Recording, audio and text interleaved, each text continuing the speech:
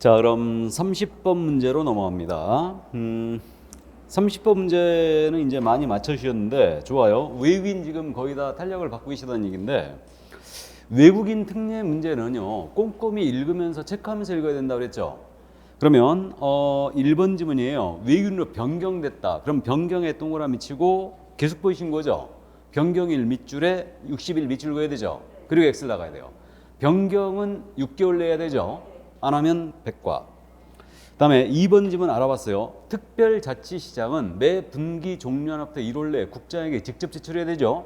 맞습니다. 그래서 2번 정답이고, 3번 지문 있잖아요. 지상권 보였어요? 군문생nhà 소유권 취득이죠.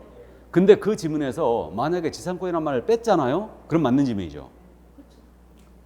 군문생야에서 그냥 취득을 할 때는 허가를 받아야 된다고 냈잖아요. 그럼 이건 소유권 취득으로 봐야 되죠. 그러니까 이때는 맞는 걸로 가고, 특별히 지상권을 명시했잖아요. 그럼 틀린 거죠, 이거. 그래서 외국인의 신고 허가 의무는 소유권이 관련돼 있다. 소유권. 자, 그래서 3번 지문 틀렸고요. 4번 지문 있잖아요. 신고 의무 위반이죠. 외국인이 신고를 위반했습니다. 그러면 외국인이 신고를 위반하면 이때는 과태료 부과 대상만 되는 거예요. 300이나 100이 되는 거고, 이때는 소유권 취득하면은 아무 문제가 없어요. 일단은 취득은 합니다. 과태료만 맞아요. 근데 허가를 위반했죠. 허가 위반은 2-2죠. 계약이 무효죠. 그러니까 이때는 취득을 못하게 됩니다. 그래서 4번 지문이 이 맥락에서 물어본 거예요, 지금. 자, 그래서 4번 지문 역시 틀렸고요. 5번 지문 국제연합입니다. 이거 외국인 맞죠? 국제연합 그 산하기구 다 포함이죠. 판결 나왔어요. 판결에 그럼 동그라미 치고 신고할 필요가 없다. 밑줄 긋고 X 나와버려야 되죠. 판결은 지금 취득한 날로부터 6개월 내 신고에 들어가야 되죠. 안 하면 백과입니다. 그래서 역시 정답은 2번이었어요.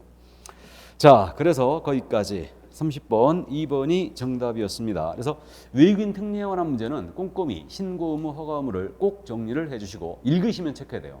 그래서 이제 누차 우리가 연습을 해왔는데, 외국인이 매매로 취득했다고 나왔잖아요. 그럼 이때는 계약을 체결한 날로부터 며칠 내에 신고해야 된다? 30일이다. 이때는 신고 안 해버리면 500과죠, 지금.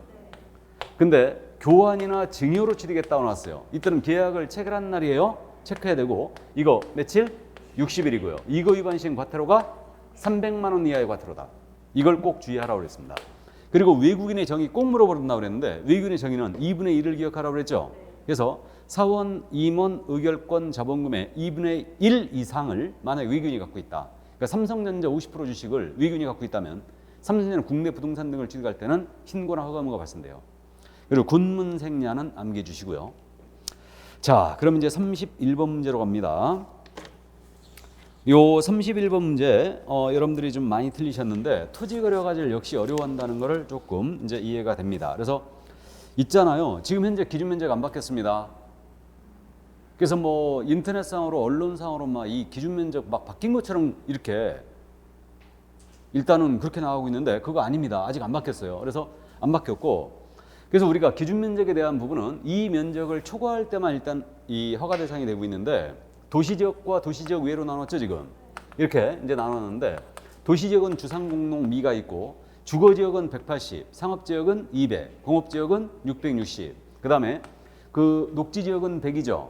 그리고 미지역 구역은 90이었어요. 그래서 숫자 암기했고, 도시지역 밖은 257발하죠. 그리고 농지는 500, 임야는 1000으로 이제 암기하고 있으니까 배수로 간다. 그래서 이 최소화시킬 때는 10%, 최대화시킬 때는 300%까지 늘릴 수 있다고 했죠. 요 기준 면적을 지금 개정하겠다고 입법령으로 한참 전에 해놓고 아직도 개정이 안 되고 있습니다. 그러니까 일단은 그대로 가는데, 이거는 그럼 도시지역은 지금 현재 주거지역이라면 180이었고, 상업지역이라면 200이었고, 공업지역은 660이었고, 이거 녹지지역은 100이었습니다. 그 다음 미지역 구역은 90이었죠. 그래서 요게 중간에 있으니까 반을 딱 적으면 반 이렇게 된다고 그랬죠, 숫자가. 그래서 이렇게 하면 겠는데, 그럼 현재 지금 조건 지시를 어떻게 했냐면, 도시지역은 지목과 관련이 없다고 그랬죠. 용도지역으로 한다고 그랬어요. 근데 도시지역 밖은 지목이 전인지 답인지 임야인지로 가고 있죠, 지금. 그러면 녹지지역 내 지금 200제곱미터가 나왔으니까 따로 정함이 없다고 그랬으니까 녹지지역 200제곱미터라면 무조건 허가 대상이죠, 이거. 따로 지정권자가 지정을 하면서 면적을 정하지 않았다고 그랬으니까. 그러니까 200이라면 녹지지역 200은 기준이 100이니까 200제곱미터는 일단 허가 대상이에요. 감 잡았어요? 자, 그럼 이제 문제를 봅니다. 1번 질문. 이 토지가 농지이고 을이 허가구역 내에 있는 농업인으로서 농업을 경영하기 위해 갑의 토지 전부를 매수하는 토지가 필요하지 않다. 틀렸죠? 허가 받아야 돼요. 200이니까. 근데 만약에 이걸 최소화시켰어요. 최소화시켜가지고 면적이 10제곱미터였다. 그럼 허가 대상 아니죠? 녹지지역이 100이니까. 맞죠? 자, 어쨌든 좋습니다. 그러면 1번 지문 허가를 받아야 되고, 다음 2번 지문이에요. 을이 자기의 거주용 주택용지로 이용하는 목적으로 이 토지를 매수합니다. 특별한 불허가 사유가 없다면 Y군 군수는 허가해야 한다. 맞아요? 네. 맞아요. 그러니까 이게 실수요성이 있고 도시군계획에 적합해야 되고 면적도 적정해야 되죠. 그래야 이걸 취득할 수 있잖아요. 근데 문제를 풀 때 주어진 조건만 갖고 여러분들이 문제를 푸시라고 했어요. 주어진 조건만 갖고. 그러면 거주용 주택용지는 거복농사 대여념에 걸렸죠 지금. 그럼 실수요성이 있는 거죠. 허가를 해 줘야 되죠. 이게 법문이 이렇게 돼 있어요. 요런 사유가 없는 한 허가를 해 주어야 한다라고 돼 있죠. 법문이. 그렇기 때문에 2번 질문 정확히 맞고, 더군다나 특별한 불허가 사유가 없는 한이라고 조건 제시했죠 지금. 그러니까 면적이 적정하냐 도심계획이 맞느냐 이거 언급이 없다 하더라도 이 질문 맞는 질문이에요. 무슨 말인지 되시죠? 그래서 2번 정답 나갔고요. 3번 질문 있지 않습니까? 이제 이용 의무 기간 올해 꼭 암기하자고 그랬어요. 이용 의무 기간 현상 보존 목적이에요. 5년이죠? 그럼 틀렸고. 그러면 4번 질문 이제 이행강제금 나왔는데 최고 몇 프로? 최고 10%죠. 최고 10%면에서 대통령령으로 정하는 금액에 나갑니다. 그래서 방치는 몇 프로? 기준금액이 10%. 이거 임대해버리면요 7%. 용도 변경 사용하고 있으면 5%. 기타는 7%. 됐죠? 그래서 이제 그 정도 기억을 해두시고요. 그 다음에 이제 요 취득가액 기준은 우리가 연습한 적이 있는데 실거래가 기준이에요. 취득가는 실거래가 기준입니다. 이거는 이행강제금 부과할 때. 다음에 5번 지문입니다. 이것도 기억 꼭 하자고 그랬어요. 불허가 처분 나왔거든요. 허가 처분 나갔거든요. 이의 신청 다 할 수 있죠. 몇 달? 1개월. 그럼 불허가 처분 나갔을 때 매수 청구도 1개월이죠. 1개월을 꼭 기억한다. 1개월. 그러니까 작년 토지거래허가제는요. 시험에서 허가구역 지정과 이행강제금을 물어봤거든요. 각각 두 문제를 물어봤는데 올해 그러니까 기타, 이용 의무 기간, 실수요성에 대한 부분 기억해 두셔야 되고, 그 다음에 불허가 처분 나갔을 때 매수 청구 기한, 이의 신청 기한 다 정리해야 됩니다. 그러니까 곁다리로 물어볼 가능성이 있죠. 그러니까 이제 이런 부분들을 주의해야 돼요. 그래서 그 각도에서 문제가 나온 겁니다. 그래서 정답 2번이었어요. 근데 이 문제 절반이 틀리셨어요, 지금. 이거를. 그래서 절반이 틀리셨는데 어디가 답을 많이 쓰셨나 한번 볼까? 이거 31번 문제죠.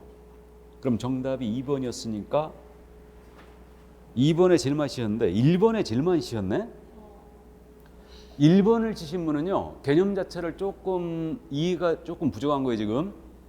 이걸 왜 지금 녹지지역 100이잖아, 지금. 그럼 따로 정하면 없다고 했으니까 200이라면 허가 받아야 되죠? 근데 농지로 본 거죠, 지금. 농지로. 그러니까 도시지역인데 도시지역이니까 용도지역으로 간다. 지목과는 관련이 없다. 이게 농지라는 이건 이렇게 이제 제시를 했지만 지목과는 관련이 없어요. 용도지역으로 가요, 도시지역은. 그걸 명심해야 됩니다. 네. 자, 그래서 정답은 2번이었어요. 그럼 32번 내려가죠. 일반 중계약서, 전속계약서. 또 이 문제는 또 많이 맞추셨는데, 그래서 이거는 지금 출제 가능성이 있어 보이지 않고요. 작년에 이미 출제했어요, 이 문제를. 출제했는데 답은 꼭 알고 있어야 돼, 이거. 4번 지문은 꼭 알고 있어야 된다고요. 그래서 이제 답을 그렇게 배치한 건데, 우리 전속과 일반 중계약 서식 있잖아요. 두 서식이 똑같죠? 똑같은데 두 서식의 차이점이 어디 있냐면 개공과 의뢰인의 의무만 차이가 있으니까 두 서식의 차이점은 개공과 중개 의뢰인의 권리 의무 요거만 차이가 있고 나머지 똑같다. 그래가지고 앞면의 내용으로서 3조 유효기간, 4조 중개 보수 쓰는 난, 5조 손해배상 책임에 관한 난, 6조 특약을 정할 수 있다. 똑같고요. 개공에 인적사항 기재하고 의뢰인의 인적사항 기재하고 서명 또는 날인이죠. 이렇게 이제 돼 있고요. 그러면 여기다는 중개인이 한 소공일자라도 소공은 서명 또는 날인의 의무 자체가 없어요. 이걸 제가 물어보고 싶었던 거예요.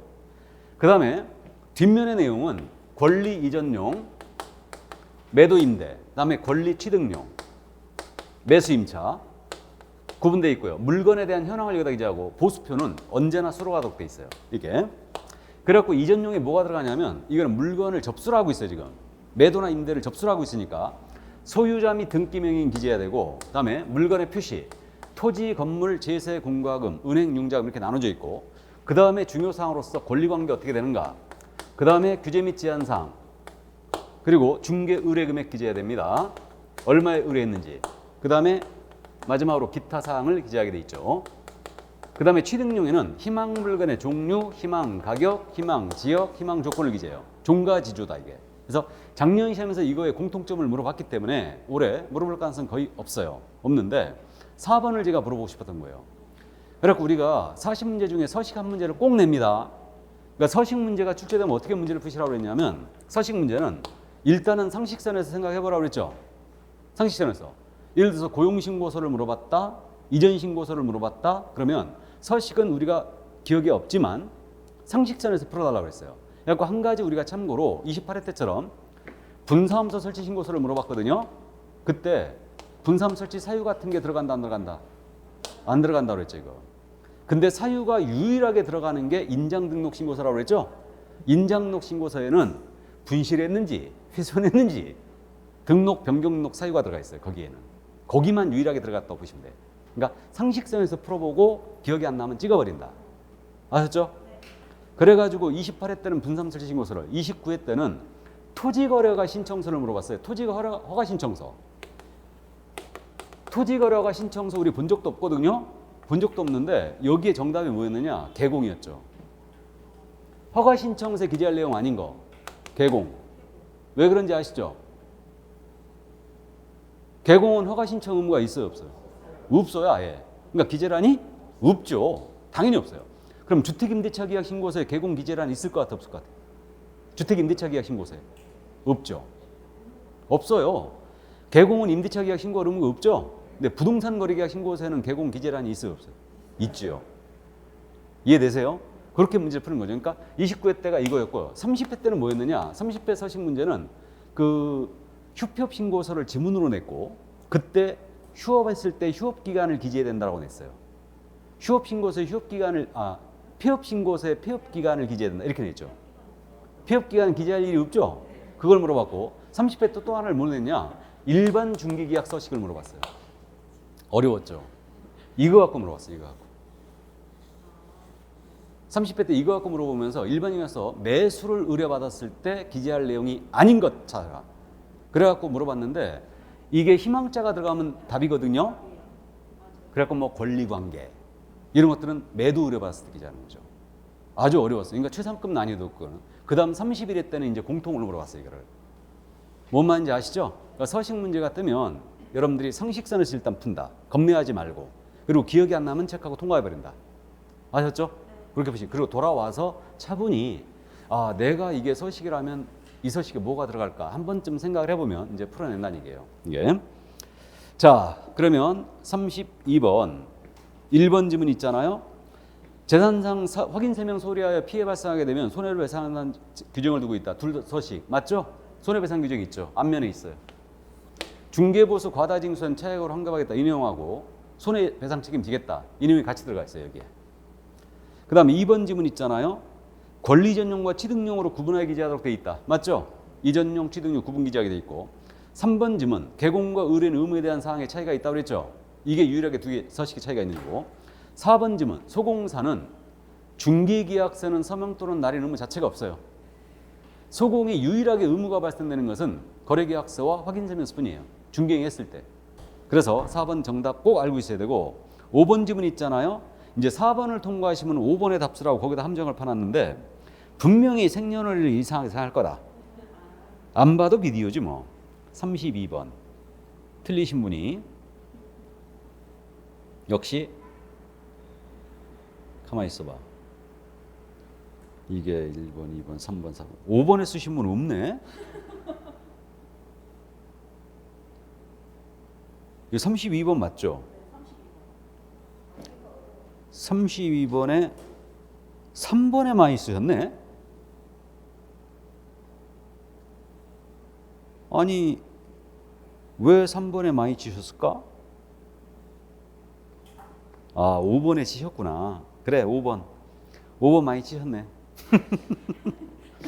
있잖아요. 근데 생각을 해보세요. 이거 계약서죠. 계약서니까 개공의 생년을 들어가죠. 있잖아요. 거래계약서 있죠.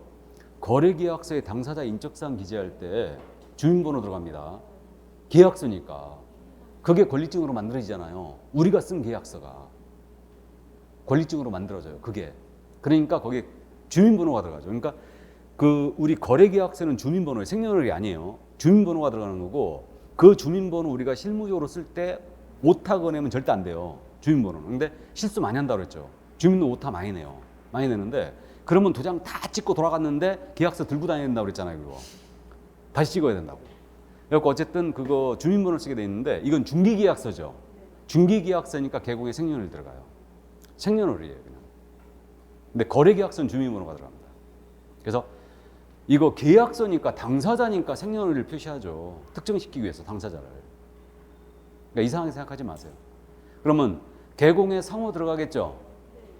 중개사무소의 명칭, 소재지, 그 다음에 등록번호 다 들어가요. 등록번호 쓰게 돼 있고 인적사항 쓸 때 그 다음에 이거 생년월일 들어가요. 생년월일. 그래서 5번. 그러니까 이제 여기서 제가 하고 싶은 얘기가 뭐냐면 여러분들이 시험장에서 문제를 딱 푸는데 5개 지문을 모두 알 수는 없거든요. 모두 알 수는 없는데 뭐 저도 모르는 지문이 있어요. 가끔 낯선 지문이 있는데 여러분들이 낯선 지문 있잖아요. 이건 정답이 아닐 확률이 80% 이상이라니까요. 정답이 아닐 확률이 굉장히 높아요. 그러니까 여러분들이 낯선 지문에 답을 쳐버리면 안 된다는 얘기죠. 아는 거에 정답이 있다는 믿음을 가져야 돼요. 아는 거에. 뭔 말인지 아시죠? 이게. 그러니까 이제 시험장에서 찍는 것도 그래서 실력이에요. 찍는 것도 실력입니다. 찍는 것도. 자, 그럼 이제 여기까지가 부동산 거래 신고법 실무로 지금 들어와 가지고 일단은 중개계약서 한번 이제 체크만 하고 넘어가는 거고요. 33번 문제는 장사법만 물어봤거든요. 분묘기지권은 너무너무 잘 아시니까. 그래서 장사법하고 분묘기지권인데 우리 개인자 들어가면 30, 30제로 기억했죠. 그러면 1번 지문 틀렸다, 첫 번째 지문 틀렸다는 거 알아봤어요. 개인 자연장지든 개인 묘지든 면적은 30이죠. 이게 미만이냐 이하냐 이거 생각하지 마세요. 시험에서요 이런 장사법을 내면서 미만이나 이하로 내가지고 이걸 미만인데 이하로 바꿔냈다 틀리게 냈다. 제가 책임질 테니까 시험지 찢어버리라고 그랬죠 이거. 그러니까 숫자가 중요하지 이런 식으로 낸다는 얘기죠. 그러니까 30, 30자는 얘기하고 그러니까 개인자가 들어가면 30제곱미터를 못 넘기고 30일 내에 사오신 거죠. 요걸 기억해야 되고 두 번째 가족자 들어가는 건 기억하자 그랬어요. 가족 묘지든 가족 자연장지든 이거는 100제곱미터죠. 이걸 못 넘겨요. 근데 가족 묘지는 허가죠. 그러면 묘지는 기본적으로 허가로 기억하자 그랬어요. 살림을 훼손하니까. 단 개인 묘지만 사오신 거예요. 그러면 자연장지는 신고로 기억하자 그랬는데 그러면 가족 자연장지는요 사전 신고죠. 개인 자연장지는 사후 신고로 뒀으니까 가족하고 문중 자연장지는 사전 신고예요. 미리 신고. 그러니까 사전 신고가 규제가 사후 신고보다 좀 더 센 거예요. 그래서 사전 신고입니다. 그러면 두 번째 지문은 왜 물어봤냐면 이건 개정한 지가 좀 됐는데 원래 가족 자연장지가요 사후 신고 사항이었어요 원래. 근데 이게 사전 신고로 바뀌었거든요. 그래서 두 번째 지문이 틀렸습니다. 이게 사전 신고 사항이에요. 허가는 무조건 틀렸어요. 그래 틀렸고 그 다음 이제 세 번째 지문은 봉합묘 요즘 늘어나고 있기 때문에 한 번쯤 참고하자 그러는데 봉합묘는 괄호 2m, 세로 1m, 높이 10cm라고 그랬죠. 그러니까 면적은 2제곱미터를 초과할 수 없는데 이게 사전 신고냐 허가냐 이건데요. 봉합묘 있잖아요. 사전 신고예요. 그러니까 사설 봉안 시설 있죠. 사설 화장 시설 있죠. 이런 것들은 부족하잖아요 지금. 그러니까 신고만 하면 설치할 수 있게 해줬어요. 그러니까 사전 신고 사항이에요 그냥. 그래서 참고를 해두시고요. 그래서 XX5란 얘기죠. XX5예요. 그래서 이 문제 역시 예상대로 가장 많이 틀렸어요. 가장 많이. 그래서 이 문제를 오늘 푸신 문제 중에 가장 많이 틀렸는데 일단은 그래서 정답이 그 지금 2번은 정답이 됐고요. 5번에 쓰신 분은 용서가 돼요. 5번에 쓰신 분은. 5번에 쓰신 분은 감을 잡고 있다는 얘기거든. 그러니까 첫 번째, 두 번째 지문까지는 꼭 알고 있어야 되거든요, 이거. 근데 이제 세 번째 지문에서 봉합면 설치가 이게 신고사항이 맞나? 허가사항인가? 신고사항. 이게 이제 기억이 안 나서. 그러니까 그래서 5번에 쓰시면 이제 이해가 되는데 나머지 분들은 1번, 3번, 4번에 쓰신 분들은 다시 한번 장사법 꼼꼼히 챙겨주시기 바랍니다. 아셨죠? 가족까지는 꼭 기억해야 돼요. 가족 정도까지는. 그래서 장사법은 지금 현재 4가지 정도를 꼭 기억하라고 했는데 그 4가지가 타겟이 뭐였냐면 이게 신고냐 허가냐, 특히 사후신고사항 기억해야 되고, 그다음 두 번째로 존속기간 제한 꼭 기억해야 되죠. 세 번째로 면적 제한 기억해야 돼요. 면적 제한. 그다음에 네 번째로 타인의 토지 등에 설치된 분묘의 처리. 이걸 기억해야 돼요. 4가지. 이게. 그래서 정답은 2번이었습니다.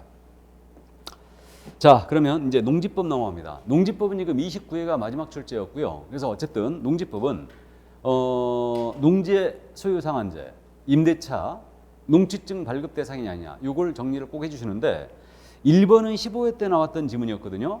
농지법상 농지는 지목이 전답과수원이고요. 지목이 전답과수원이 아닐지라도 실제 경작에 사용하잖아요. 몇 년 이상? 3년 이상. 단 임야는 제외예요. 임야는 산지관리법에 따라 산지 전용허가 받아야 돼요. 그래야 농지가 될 수 있습니다. 그래서 1번 정확하게 농지의 개념이었고요. 그래도 2번 아시잖아요. 농지 취득 자격증이면 농지에 대한 효력 발생 요건이 아니죠. 법률 행위의 효력 발생 요건이 아니에요. 그래서 이거 판례 기억을 해두시는데 민법에서도 공부했습니다. 갑을간에 농지에 대한 매매를 했는데 매수인 을이 농취증을 못 받았어요. 못 받았다 하더라도 이 매매 계약이 무효가 되는 건 아니라고 그랬죠. 그러니까 법률 행위 효력 요건이 아니라는 겁니다. 그러면 이 계약은 그대로 유효입니다. 이전 느끼가 안 될 뿐이에요. 이게. 그래서 이렇게 되고요. 그럼 매매 계약이 유효니까 매수인은 갑을 상대로 나한테 이전 등기 청구할 수 있죠? 일단 있고 나아가서 이 을은 농취증 발급 신청권을 보유하게 된다는 거예요. 이게. 그리고 이 판례에서 했던 얘기가 이게 농지 취득 자격증이 있어야 되는데도 불구하고 없었어요. 없는 상태에서 을 앞으로 이전 등기가 돼버린 거예요. 그러면 을은 소유권 취득한다 못한다? 취득 못한다 그랬어요. 결국 이 등기 자체가 무효가 된다는 뜻이었죠. 이해하셨죠? 하지만 농지에 대한 매매 계약의 법률행위 이거의 효력 요건은 아니에요. 그래서 2번 지문 정답이었습니다. 그리고 이제 3번 지문 있잖아요. 이거는 참고사항으로 개정된 사항이기 때문에 이해만 해두시는데 농지 소유 상한을 초과해 소유한 것이 판명됐죠. 그러면 초과하는 부분을 처분해야 되죠. 그럼 1년 내 처분하는데 이때 세대원이 아닌 자에게 처분해야 돼요. 요 규정이 들어갔는데 왜 그랬냐면요. 아버지가 농지를 갖고 있는데 소유 상한을 초과하고 있어요 지금. 근데 아들한테 파는 거예요. 그럼 안 되겠죠. 자꾸 이러니까 이거 세대원이 아닌 자에게 처분하게 돼 있어요. 그래서 요 규정 들어갔던 건 참고해 주시고 그 다음에 이제 4번 지문은 임대차를 우리가 연습을 2주차 했지 않습니까? 했기 때문에 농지 임대차에 대한 분쟁이 생기면 조정 신청할 수 있다고 그랬죠. 시군구청장에 조정을 신청할 수 있어요. 그래서 맞고요. 5번 지문 있지 않습니까? 이것도 참고사항인데 주말 농장용으로 내가 농지를 취득했거든요. 농지를 취득했는데 이때 농취증 이거 있어야 된다고 그랬죠. 주말 농장용. 농업 경영 계획서 제출은 생략이 돼 있지만 농취증은 있어야 돼요. 근데 내가 이렇게 취득을 했는데 만약에 내가 이걸 주말 농장 못 쓴다. 그럼 이거 임대 안 돼요. 취지상 주말 농장용으로 내가 취득을 했는데 주말 농장 못 쓰게 됐다 이제. 못 쓰게 되면 이건 처분해야 됩니다. 근데 상속 인용 있죠. 그건 임대할 수 있죠. 상속 인용의 경우는 내가 농사를 안 짓는다. 그럼 임대할 수 있거든요. 임대할 수 있는데 주말 농장용은 취지상 임대가 안 돼요. 처분해야 됩니다. 이거는. 근데 주의할 점은 주말 농장용으로 임차를 할 수는 있어요, 없어요? 내가 주말 농장 농지를 쓰겠다고 임차를 하는 거야. 그건 가능하겠죠. 가능하고 내가 주말 농장 취득을 했는데 이걸 세를 놓는 건 안 된다고요. 이해하셨죠? 그래서 그 정도. 그래서 정답은 2번이었습니다. 그래서 지금 2번, 3번, 4번, 5번 지문이 조금 만만치 않았어요. 이게. 그래서 그러나 2번의 정답을 예측했기 때문에 그래서 쉽게 풀어낼 것이다 예상을 했던 거예요. 자, 그러면 이제 35번 문제 들어갑니다. 확인 설명서 작성 요령. 그러면 우리가 1주차, 2주차에서는 우리 확인 설명서는 역시 감을 잡아야 되는데 확인 설명서 올해 시험에서 뭘 주의해야 된다고 그랬어요? 기본 확인 사항이냐? 세부 확인 사항이냐? 이거 주의해야 된다고 했죠? 그래서 이걸 지금 1주차 연습을 했고 최단급 난이도로 연습을 했고요. 2주차에서는 뭘 연습했냐? 임대차 중개할 때 기재를 안 하거나 생략할 수 있는 걸 연습했죠. 그럼 오늘 3주차에는 지금 풀어 쓰는 연습이에요. 그래서 지문으로 풀어 쓰는 연습인데 1번 지문 있잖아요. 비주거용 서식 있잖아요. 주거용, 상업용, 공업용으로 구분 표시하게 돼 있죠. 그래서 공장을 중개했을 때는 비주거용 쓴다고 했어요. 공장 재단을 중개했을 때는 입광공을 쓰지만 공장을 중개했을 때는 비주거용을 쓰는 겁니다. 이렇게 돼 있고요. 다음에 2번 지문은 알아봤어요. 우리 공동주택을 분양을 목적으로 건축을 했는데 미분양됐다. 이거 임대차 중개할 때는 반드시 미분양 사실 고지해야 되죠. 그래서 이거 2번 지문 맞고요. 3번 지문도 아셔요. 주택의 경우는 이거 주실 기준이죠. 근데 주택이 아닌 물건은 주된 출입구죠. 그래서 상가의 경우는 주된 출입구 방향을 기준으로 조사합니다. 맞고요. 4번 지문 있지 않습니까? 시설물의 상태라는 기재할 때 시설물의 상태 기재할 때 여기에 그 밖의 시설물란이 있죠. 그 밖의 시설물란을 뭘 기재하느냐를 지금 연습하는 건데 이게 주거용 건축물이었다면은 그 밖의 시설물란에 가정 자동화 시설 들어가죠. 근데 비주거용의 상업용이었다. 이게 상업용이라면 오수 정화시설 용량 들어간다고 그랬죠. 이게 오수 용량이 상업용에 왜 들어가냐면요. 다중이용업소 있죠. 다중이용업소. 뭐 결혼식장이라든가 이런 데는 다중이용하잖아요, 지금. 여기 오수 정화 용량을 따지는 경우가 있어요. 그래서 이걸 이제 하게 돼 있고요. 그다음에 이게 공업용이었다. 그럼 전기 용량, 오수 용량, 용수설 내용을 기재하게 돼 있죠. 그럼 이 부분은 모두 상태에 관한 자료를 요구하여 확인한 사항을 기재합니다. 그래서 4번 지문 정확히 맞았어요. 다음 5번 지문 있잖아요. 이거 이제 공통기재사항 작년에 물어봤죠. 공통기재사항 물어봤는데 이거 감 잡고 있어야 돼요. 입지 조건하고 공법상 이용자 및 거리 규제 있죠. 이거는 입광공에는 없어요. 입지 조건하고 공법상 제한은 입광공이 없습니다. 그럼 공통기재사항 기억만 떠올리면요 이렇게 돼요. 그냥 그럴만하다라고 이해하면 돼요. 이건 별도 암기하지 말고 이해하자고 했는데 네 서식의 공통은 일단은 네 서식 모두 물건에 표시란이 있어야 되죠. 네 서식 모두 권리관계 쓰는 한 있어야 될 거 아니에요? 소유자가 누군지, 그다음에 저당 잡혔는지 써야 되니까 등기부 기재사항란이 공통기재사항이죠. 권리관계란 중에. 그다음 미공시 권리는 어디다 쓴다고 했어요? 실제 권리관계, 공시되지 않은 물건의 권리관 사항란 있죠? 이 부분 공통이죠. 그다음 네 서식 모두 거래 예정 금액 쓰는 난 있어야 되죠. 그래야 될 거 아니에요. 그다음 네 서식 모두 매매라면 취득 관련 조세를 기재해야 되죠. 이게 그다음 마지막으로 중개 보수 기재란이 있어야 되죠. 이게 공통이라니까요. 이게 공통이고 여기에 플러스 재단 목록과 임목의 생수 상태 들어갔죠.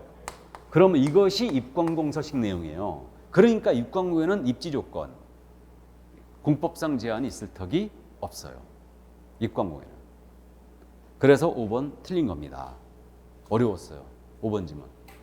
공통을 물어봤기 때문에. 근데 작년에 공통을 다 물어봤기 때문에 일단은 올해는 분명히 기본하고 세부를 물어볼 거다.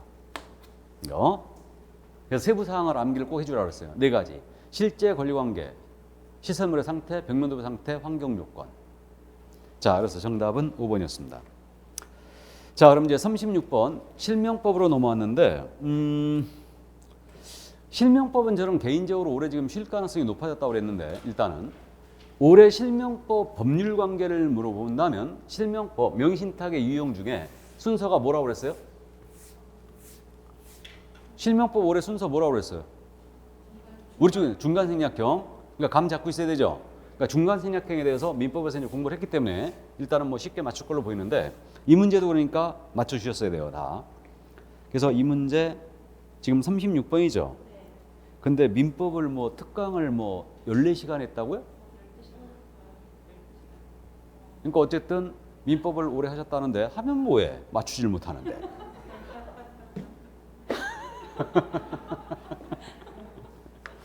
나는 2차만 해서 잘 몰라. 그러신 분 있죠, 지금 속으로. 그래서 어쨌든 좋은데 지금 조건 제시를 했습니다. 갑은 을과 명의신탁 약정을 한 다음에 을에게 매수자금 등을 제공하면서 명의신탁 약정 사실을 모르는 떴죠. 그럼 매도인이 몰랐다고 그랬죠. 그럼 계약 명의신탁이다. 그러면 병이 매도인이었고 엑스토지였고 지금 을이 계약을 체결했고 매매 계약했고 등기를 을 앞으로 바로 쳤고 갑은 뒤에 숨었어요. 숨어가지고 명시타액증을 맺고 자금을 뒤에서 지원했네요. 그래서 케이스가 이렇게 돼 있고요. 자, 그러면 여기서 이제 케이스가 지금 이렇게 됐으니까 이게 이자가 선이었다고 그랬죠.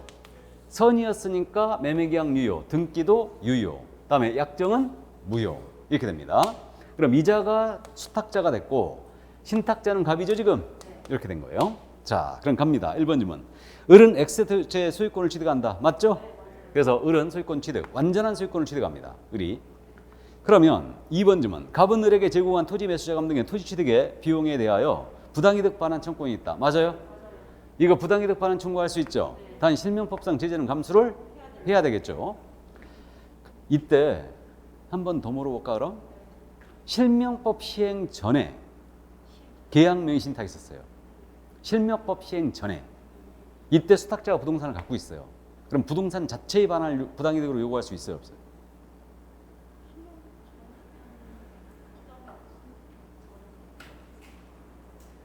실명법이 95년도 7월 1일이었죠. 시행이 1년의 유예기간을 뒀는데 실명법 시행 전에 계약 명의신탁이 있었잖아요. 그럼 부동산 자체의 반환을 요구할 수 있어요. 부당이득으로. 근데 실명법 시행 후에 계약 명의신탁이 있었죠. 그러면 이자가 소유권 취득 못했죠 이거. 얘는 취득 못해요. 그러니까 이때는 신탁자는 부당이득으로서 부동산 자체의 반환을 요구할 수가 없어요. 예. 들어본 적 있는 것 같죠? 안 들어봤어요? 실명법 시행 전하고 후하고 계약 명의신탁이 틀리잖아요. 법률효과 틀려요. 그러니까 실명법 시행 전에는 명의신탁이 유효했거든요, 이거. 그러니까 신탁자가 취득한 걸로 보는 거예요. 실명법 시행 전이었다면. 그러니까 부당이득으로서 부동산 자체의 반환을 요구할 수 있고요. 실명법 시행 후라면 이자가 취득 못하니까 부동산 자체의 반환을 부당이득으로 할 수 없다. 비용만 청구할 수 있다. 매수 자금이라든가 이런 것들. 뭔 말인지 아시죠? 참고하세요. 참고하시고. 옛날에 이런 강의를 내가 다 했어요. 다 했는데 나도 바빠 죽겠어요 요즘은. 그래갖고 이런 거 못해요. 그러니까 판례는 다 민법으로 가는 거예요. 민법으로. 자, 그럼 3번 질문 갑니다. 갑은 을에게 엑스토지에 대한 소유권 이전등기를 청구할 수 있다. 자, 갑은 을에게 이전등기 청구할 수 있어요 없어요? 당연히 없지. 얘는 취득 못한다고 그랬죠? 이전등기 청구 안 돼요. 그래서 3번 질문 정답이 됐고요. 청구할 수 없습니다. 그럼 4번 질문. 이번에 이제 병이 약정 사실을 알았어요. 그럼 이번은 악의죠. 매도인 이제 악의예요. 악의가 되면 어떻게 되느냐? 매매계약 무효죠. 등기 무효죠. 약정 당연히 다 무효죠. 자, 그러므로 알았다면 을은 X의 소유권을 취득할 수 없다. 자, 을 소유권 취득 못하죠. 등기가 무효가 되니까 다. 그러나 제3자에게 처분을 했어요. 그럼 얘는 그래도 취득이죠. 선악불문 취득이에요. 이자가 매도인이 악의였다 하더라도 이자는 취득이에요. 제3자는. 맞죠? 이렇게 됩니다. 다음 5번 질문. 을은 3년 이하의 적 또는 1억 원 이하의 벌금에 처해진다. 자, 을은 수탁자죠. 수탁자는 3일이죠. 신탁자는 5일. 얘는 5일이고 얘는 3일. 5일은 3일 간다. 이렇게. 그래서 그 정도까지. 그게 정답 3번이었습니다. 역시 사례형 문제가 어렵긴 어려우신가 봐요. 많이 틀리셨는데 어쨌든 좋습니다. 자, 그러면 이제 37번 문제. 올해 지금 주임법을 이렇게 내지 않을까라는 예상을 하면서 문제를 냈어요, 이거는. 그래서 저한테 주임법 출제 의뢰를 한다면 왜? 작년에 주임법 임차권 등기 명령제 있죠? 그 비용 가지고 뽕을 뺐거든요. 작년에. 나 비용이 그렇게 중요한지 몰랐는데 그래갖고 비용 가지고 작년에 뽕을 뺐기 때문에 올해는 이런 식으로 계약갱신 요건을 엮어서 물어보지 않을 건가라는 생각을 해본 거예요. 그래서 갱신요건 정리하라고 그랬죠. 꼭 주임법 갱신요건. 자, 그러면 임대인 갑이었고 임차인 을이었고요. 주택이 X였습니다. 1번 갑니다. 이건 아십니다. 중소기업이 그가 지정한 직원이 이 주택을 인도받고 주민등록전입을 했어요. 그럼 중소기업이 대항력을 다음 날부터 취득하죠. 그래서 1번 지문 맞고 2번 지문 있잖아요. 이제 갱신요건인데 을이 계약기간 만료 6개월에서 2개월 전까지 계약갱신을 요구했다. 그럼 2개 차임액을 연체한 이유로 을의 갱신 요구를 거절할 수 있다. 맞아요? 상가는 3기 차임 연체죠. 그래서 이거 2개 차입니다. 이거 참고인데요. 현재 이익의 차임이 연체가 돼 있어야지만 거절할 수 있는 거 아니에요. 전에 연체한 적이 있다. 그래도 거절할 수 있어요. 현재는 연체가 없는데 전에 이익의 차임에 따라 연체한 적이 있다. 그럼 거절할 수 있다고 봐야지. 상가 임대차 보호법에서 이 판례가 나왔어요. 민법 시간에 들어봤죠? 상가는 3기 차임 연체잖아요. 그러면 현재 3기 차임을 연체하고 있어야 되느냐? 아니란 얘기지. 전에 연체한 적이 있다면 이미 신뢰를 깼으므로 갱신요구 거절할 수 있다. 뭔 말인지 아시죠? 민법은 거기까지 하는 거 아니에요? 그건 당연히 거절할 수 있고 해지도 할 수 있고 맞죠? 근데 갱신요구 거절은 전에 한 적이 있더라도 거절할 수 있어요. 뭔 말인지 아시죠? 그러니까 상가는 제가 그랬잖아요. 이 강의하면서 정규 강의할 때 절대 상기 차임 연체하면 안 된다고. 좋은 권리를 다 잃어버려요. 권리금 보호 안 해버리죠. 갱신요구 거절 사유죠. 계약 깨버릴 수 있죠. 그러니까 상가는 상기 차임 연체하면 절대 안 됩니다. 자, 그래서 2번 질문 맞고요. 3번 질문입니다. 갱신요구로 갱신했어요. 존속기한 2년으로 본다는 규정이 있죠. 묵시갱신과 똑같이 2년으로 본다. 근데 언제든지 해지할 수 있죠, 이거. 이게 특이하다고 했어요. 그래서 3번 질문, 임차인은 언제든지 해지할 수 있다. 자, 그래서 3번 질문 맞아요. 그러니까 우리 주임법 상위법 풀 때는 기본적인 게 임차인이냐 임대인이냐 구분해야 되죠. 이건 기본이에요. 임차인인지 임대인인지 구분해야 됩니다. 그래서 3번 질문 맞고요. 4번 질문입니다. 갱신요구로 갱신했거든요. 근데 월세와 보증금은 증감을 청구할 수 있죠? 예, 그래서 4번 정답이에요. 청구할 수 없다. 틀렸어요. 그러니까 증액에 대한 제한을 받고 있는데 어쨌든 증감을 청구할 수 있죠. 그래서 4번 좀 정답이 됐고요. 5번 질문 이거 꼭 알고 있어야 되는데 임차권 등기 명령에 따라 임차권이 됐어요. 그 후에 들어간 임차인이에요. 경매 시에 보증금 중 일정이 나왔죠. 이게 뭐라고요? 최우선 면제. 꼭 알아봐야 돼. 그러니까 보증금 중 일정액은 최우선 면제를 말한다. 이거 권리 없죠? 예, 그래서 정답 4번이었습니다. 자, 그래서 정답 4번이었고요. 38번 문제 있죠. 38번 문제도 지금 올해 지금 출제한다면 이렇게 하지 않을까라는 생각을 하면서 문제를 했어요. 이 문제도. 왜 그러냐면 상가 임대차 보호법 있잖아요. 최근 시험이 계속 지금 사례형으로 내고 있거든요. 서울 소재 주택 임대차이다, 상가 임대차이다, 보증금 5억에 월세 500이다. 이렇게 내가지고 적용 범위를 지금 작년에도 물어봤어요. 그래서 그 문제는 이제 지속적으로 연습을 했고 백선에서 연습을 다 할 건데 올해 낸다면은 상가를 이렇게 그냥 조문의 형식으로 풀어 쓰지 않을까. 상가 임대차 보호법에 적용되는 상가 임대차이다 하면서 상임법에 대한 전체 내용을 물어보지 않을까라는 생각을 하면서 문제가 나온 거예요. 이게 1번 질문입니다. 임차한 상가 건물의 일부를 영업 외의 목적으로 사용하더라도 임차인은 이 법에 의한 보호를 받을 수 있다. 맞죠? 주임법과 똑같이 일부를 주거 외의 목적으로, 일부를 영업 외의 목적으로 사용하도록 보호를 받는다. 2번 질문, 갱신 요구에 의해 갱신된다. 그러면 이거 언제든지 임대력에 임차인은 계약 해지 통과할 수, 이거 아니라고 그랬죠? 이게 그러니까 1번 정답 나왔고요. 이거 주임법 갱신 요구권하고 결정적 차이가 이거예요. 상가는 해지 통지가 안 되는 거죠, 이거. 그러니까 영업이 잘 돼갖고 지가 뗐어갖고 갱신했는데 이제 영업 안 된다고 해지하면 안 된다고 그랬죠, 이거. 이게 맞다고 그랬어요. 이게 논리적으로. 그래서 2번 질문 해지 통과 안 된다는 거. 이게 바로 결정적 차이고. 그다음에 3번 질문은 아십니다. 이거 지금 틀리신 분은 3번에 정답 많이 썼을걸요, 아마. 아닌가? 38번. 3번. 1, 2, 3번. 3번에 쓰신 분 없네. 다행히. 좋아요. 근데 뭐야? 2번에 다 쓰였어? 아, 이게 주임법하고 결정적 차이라고 누차 강조했는데 이거 2번에 답을 쳐놓으면 어떻게 해, 이게? 그래서 3번이 있잖아. 이건 아시죠? 상가는 전대차가 많기 때문에 전차인에 대한 특별 규정을 두고 있는데 우리 전차인, 적법 전차인을 말하거든요. 당연히 전제가. 이자는 갱신요건 대위 행사할 수 있어요. 임차인의 계약갱신권 행사 범위 내에서 대위 행사할 수 있고요. 증액제한 규정 있죠? 보호받아요. 증액제한 규정. 월세 전환 시 이율 저항 규정. 이거 보호받고요. 그다음에 3기 차임 연체했을 때 계약 해지할 수 있다고 돼 있죠? 이거 보호받아요. 근데 이거에 전차인 있잖아요. 권리금 보호 규정이 없어요. 임차인한테 권리금을 보호하기 때문에 전차인까지 보호할 필요는 없었던 겁니다. 그래서 3번 질문 맞고요. 틀렸고요. 대위 행사할 수 있고요. 그다음에 이제 4번 지문 아십니다. 증액 제한은 지금 현재 100분의 5죠. 이거는 주임법은 20분의 1, 5% 똑같아요. 똑같은데 숫자의 표현만 틀립니다. 그래서 이건 증액 제한, 5% 제한을 하고 있죠.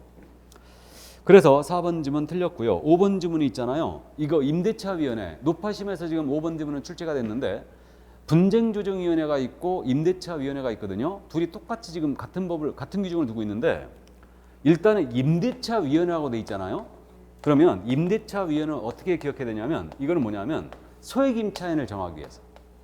소액임차인. 지금 서울은 소액임차인이 1억 5천이죠.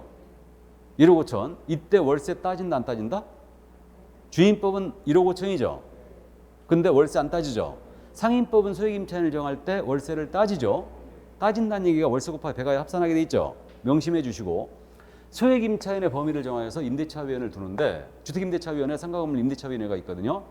근데 이 두 법, 상임법, 주임법 담당 장관이 누구라고 그랬어요?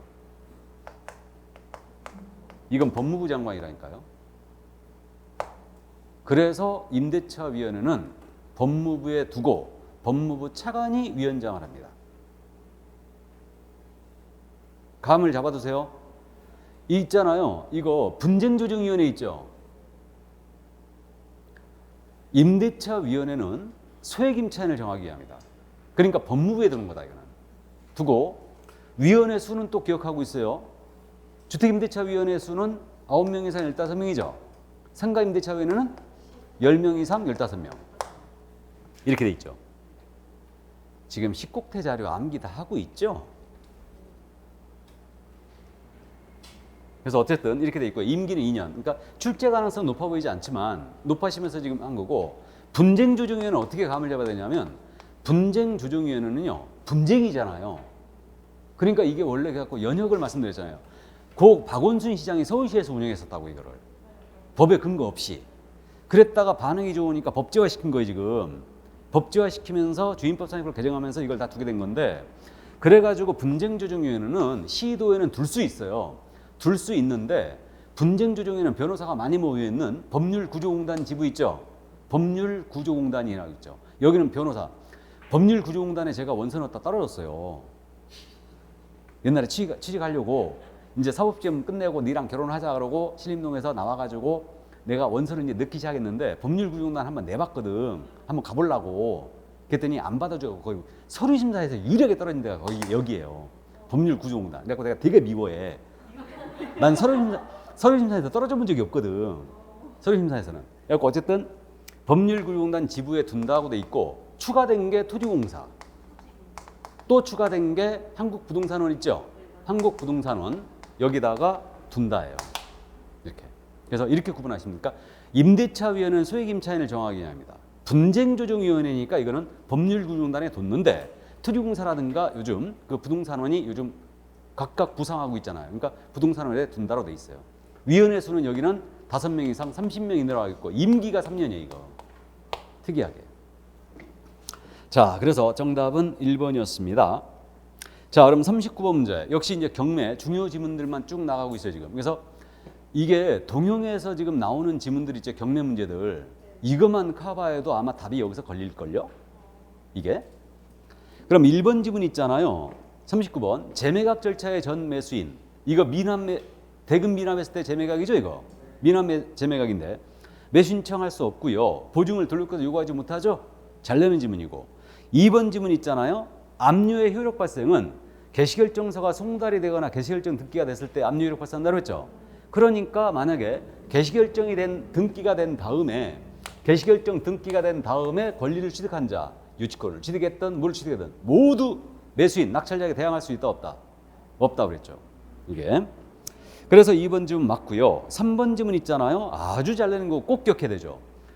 농지를 경매로 받았거든요. 농지증 내야 된다고 그랬죠.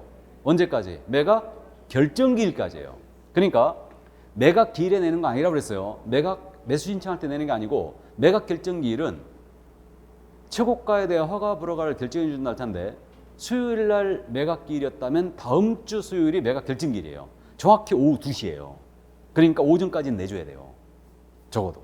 그래서 매각 결정기일은 보완해 줘야지 매각 결정을 받을 수 있고요. 그 다음 4번 지문도 꼭 기억해야 되죠.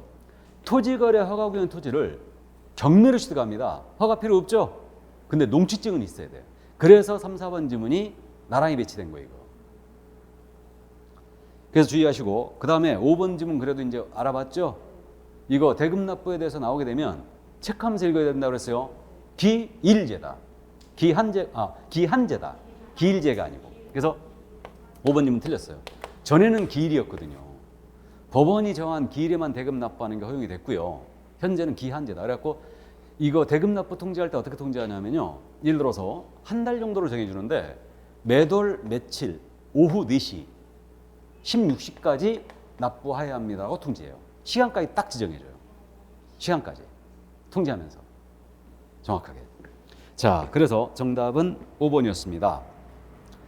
자, 그래서 지문들 반복해 주시고요. 작년 시험에서는 경매가 권리 분석이 출제됐어요. 유치권 가지고 물어봤는데, 그래서 매각 결정이 된 다음에 이 유치권 취득한 자에게는 일단 변제할 책임이 없다고 그렇게 이제 나왔죠, 작년에. 그럼 40번 문제. 매수신청 대리 업무에 대해서는요, 반드시 공사법 내용과 차이점들을 정리를 해주시라고 했는데, 기억이 없는 것은 우리 법과 똑같다고 보시면 돼요. 그럼 대리 업무에 대한 휴업이 있거든요. 유효를 추구할 수 없죠, 얘네도. 그래서 얘는 다만 부득이한 사유 있죠. 질병, 징집, 취약의 경우는 없어요. 없고 유효를 추구할 수 없다라고 하면 돼 있어요, 그냥. 그래서 1번 맞고요. 2번 지문 있잖아요. 우리랑 차이가 있는 건데 얘네도 실비 있거든요.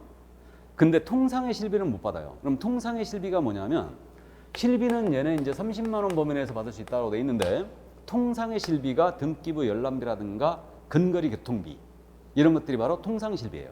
우리는 그거를 권리관계 확인해 줘야 되는 실비로 받을 수 있죠. 추접스러워서 안 받고 있지만. 그래서 어쨌든 통상의 실비는 보수에 포함된 것으로 본다 그랬어요. 그래서 2번 지문 맞고요. 3번 지문 있잖아요. 꼭 알고 있어야 되죠. 대리권의 범위. 공유자 우선 매수 신고는 공유지분 경매 끝날 때까지 해야 된다고 그랬죠. 그러니까 대리권이 있어요. 임차인의 우선 매수 신고도 대리권이 있죠. 그러나 인도민령 신청 대리권 같은 건 없다고 그랬습니다. 그래서 매각 기일에서 벌어진 절차만 대리할 수 있다고 그랬고, 그 다음 4번 지문 있잖아요. 얘네 대리대상물 설명사항 있죠. 중요사항을 설명한다. 대리대상물의 표시 설명해야 되고, 권리관계 설명해야 되고, 규제 및 제한사항 설명해야 되고. 그러니까 이 세 가지가 항상 핵심이라는 거 혹시 아시겠어요?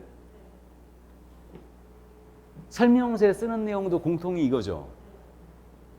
우리 확인 설명할 사항도 기본적으로 기본적인 사항, 권리관계 사항, 규제 및 제한 사항 설명해야지. 기본적으로. 근데 규제 및 제한 사항은요, 계약서에는 쓰지 않아요. 계약서에는 규제 및 제한 사항이 없어요. 그죠? 그렇게 되는 거고. 그 다음에 이제 얘네 특이한 게 경제적 가치 설명해야 된다 그랬죠. 그리고 하나가 더, 소유권을 취득함에 따라 인수할 권리 있죠? 인수할 권리 설명해야지. 떠안을 권리. 그래서 4번 정답이에요. 경제적 가치 설명해야 돼요. 이게 특이합니다. 그럼 5번 지문은 우리랑 똑같죠. 얘네 보수 지급 시기는 약정에 따르되 없다면 매각 대금 지급 기한일이죠. 우리는 대금 지급이 완료된 날로 한다 그랬어요. 대금 지급이 완료된 날로 한다. 우리는. 자, 그래서 정답은 4번이었습니다. 자, 그래서 오늘 3주차 동의가 끝났고, 일요일 날은 지금 현재 백성이 남아있고 이제 4주차가 남아있는 거죠. 그래서 일요일 날 백성 문제를 오후 하여튼 되도록이면 이제 어느 정도 탄력을 받고 있기 때문에 오래 붙잡고 있는 거는 조금 무리가 있을 것 같고, 그래서 6시 전에는 끝내보도록 하겠습니다. 저는 특강을 6시 전에 6시 이후에 끝내본 적이 거의 없어요. 자, 그럼 일요일 날 건강한 모습 뵙겠습니다. 수고하셨습니다.